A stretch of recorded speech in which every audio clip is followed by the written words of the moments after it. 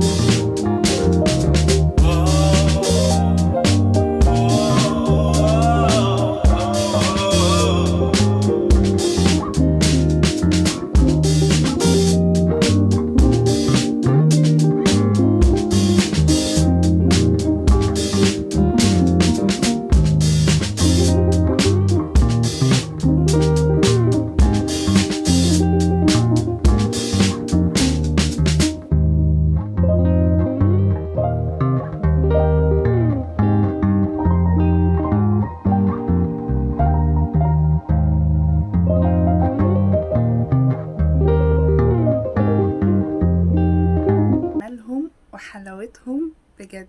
احسن ثنائي ده ولا ايه؟ شايفين افكاره وحاجاته اللذيذة قوي، حاجات كده تخطف القلب.